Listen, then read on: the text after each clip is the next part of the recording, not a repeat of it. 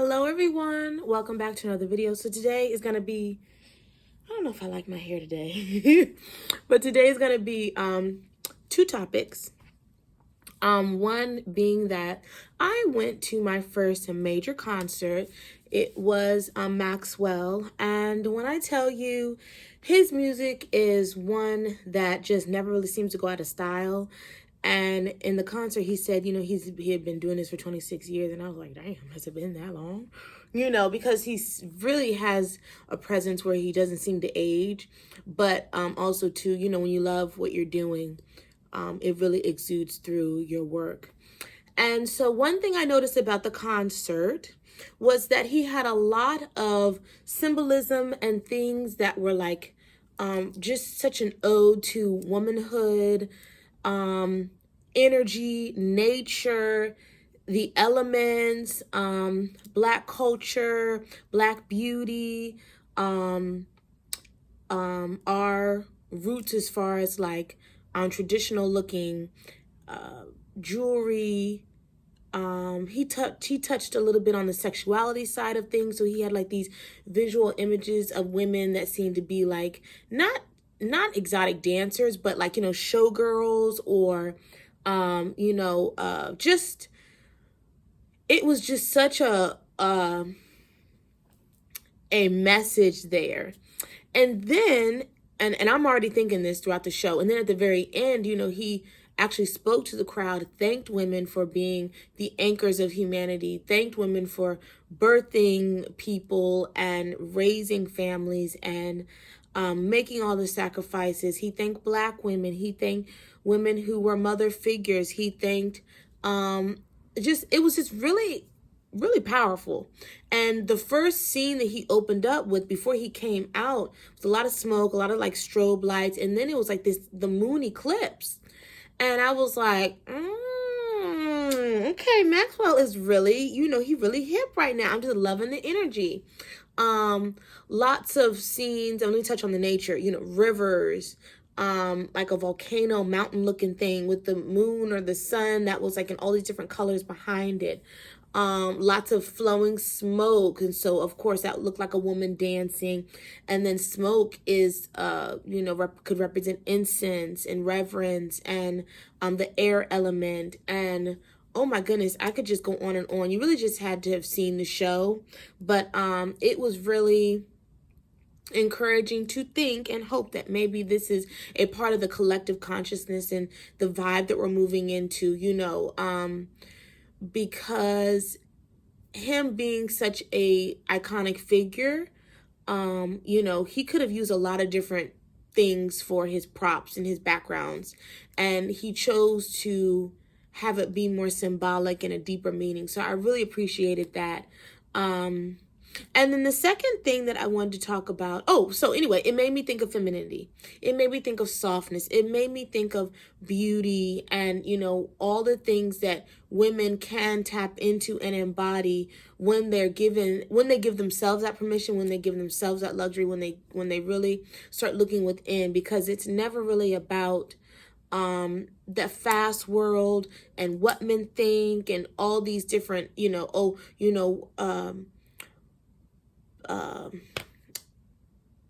all these things that really can like affect us in a negative way or make us think we're not doing enough, or societal pressures and all that other stuff. When you are really truly in your power and you are confident and you love yourself, you move like that and you come off like that, magnetic, energetic, mystical, alluring. And just really just such a vibe. And so even the women that he chose, they were brown skinned. He used a lot of black and white imagery, a lot of, distorted collage like images of love and kissing and intimacy. And just, it was a whole vibe. So it made me think about, a lot of the things that I talk about, which is, really tapping into the softer side of yourself. And notice that does not equate to being a doormat, not speaking up for yourself, and not asserting yourself and letting people know you have boundaries and standards, and not just accepting anything that anyone shoves down your throat or tells you, hey, this is how it is. It's not true. So a lot of misconception with, some words that seem to identify a type of woman that doesn't necessarily have to be weak. You know what I mean? I consider myself soft in that I don't have to work hard and burn myself out to get what I need and get what I want. I don't have to push and shove and climb this corporate ladder with rungs missing and a lot of all the, societal issues and all these things, all those dynamics and all those unspoken rules. And I don't have to do all that to get what I need, and and I'm not trying to say that to brag. I'm just saying that there is a way.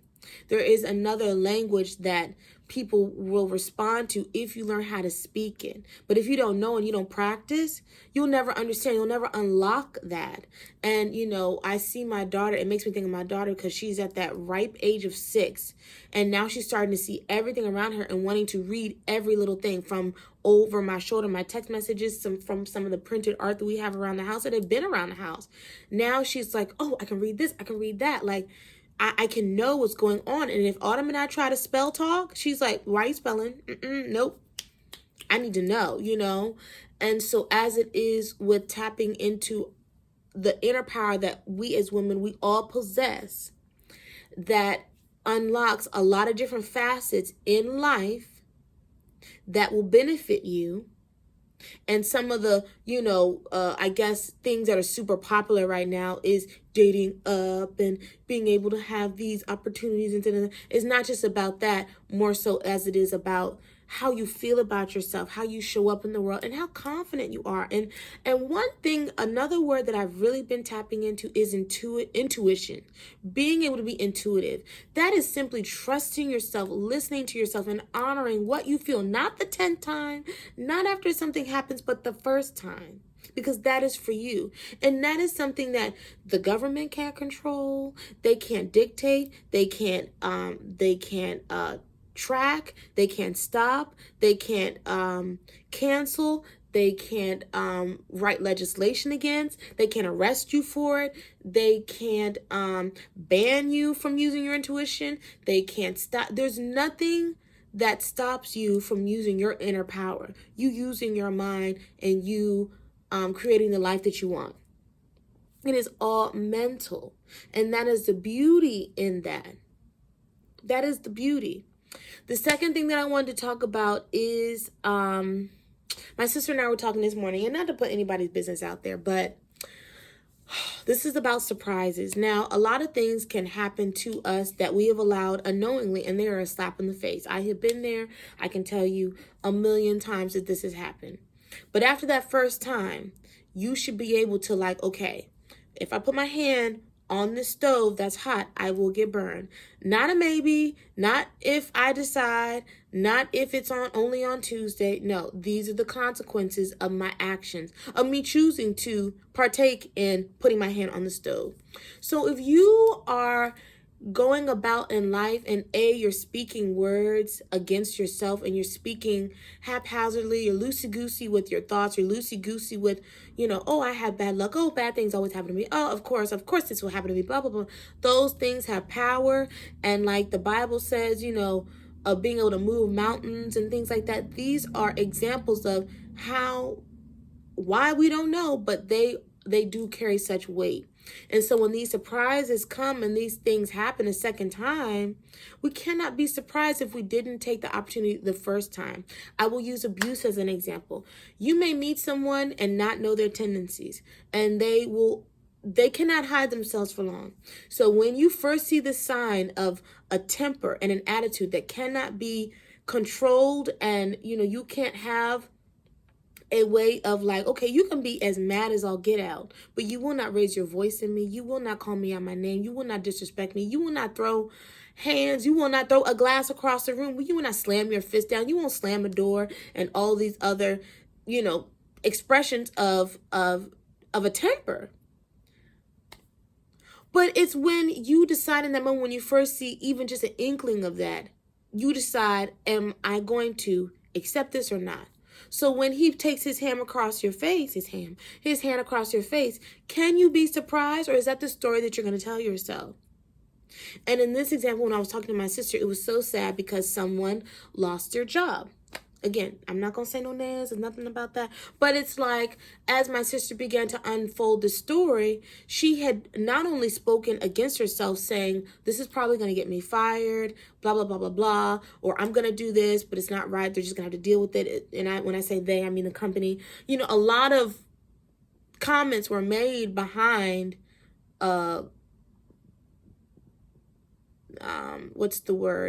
disciplinary actions could result from, or someone not favoring her actions within the organization and things like that.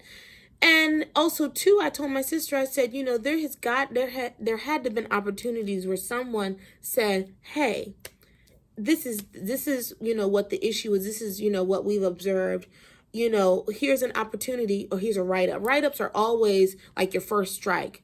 An opportunity for you to turn it around, change it, get better, take some time off, take a breather, decide if you even want to stay. You can quit. All these things. Second write-up, it ain't looking too good. We've warned you. We've had this conversation. Why are you still doing it? Usually by the third, conversation or write-up, that is a termination, and nobody's going to say anything. Nobody's going to, hey, we tried. We're so sorry. We know it's right before the holidays. It's not going to be any of that. It is going to be your job. It is going to be whatever. You have procrastination issues. I do. God knows I do. You drag your feet. You play around, fool around, and you miss deadlines, you miss things, you miss the bus, you miss the plane. It will get worse and worse and worse. The first time will be really something small, like, okay, you're late for the dinner and you miss